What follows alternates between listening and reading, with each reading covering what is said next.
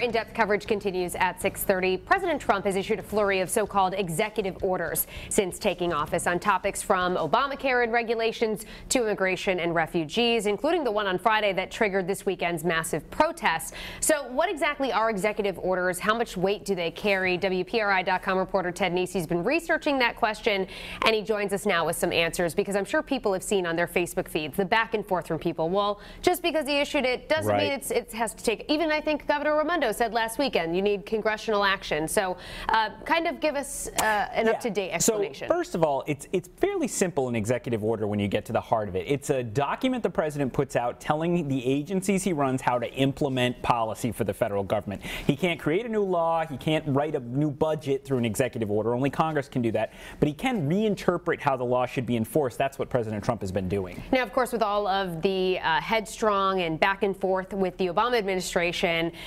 we saw him issue a number of executive orders in office as well. Yeah, we've seen it with both presidents. It's nothing new. It actually goes all the way back to George Washington, the Emancipation Proclamation that freed the slaves. That was an executive order. But other ones are boring, like making Christmas Eve a half day for federal workers. Yeah. So they're not always controversial. What makes them controversial is usually the subject matter, as we've seen with immigration with both presidents, as you point out, Shannon. And that often leads to court challenges. And that's where really the rubber meets the road. A judge has to look and say, does this executive order just have the president carrying out the laws passed by Congress, or does it go too far and really change what Congress was intending? That's not allowed. Would the court also decide whether an executive order actually violates the Constitution? Because that's been a lot of arguments from people, too, on this ban. Absolutely, yes. It goes both ways. And, it's not necessarily the case that a president who puts out an executive order is going to get what the executive order says, right? President Obama put out an executive order saying he'd close the Guantanamo Bay military base. Never got closed because he couldn't get the support together to do that. Right. President Trump now has said he's going to build a border wall, but he still needs Congress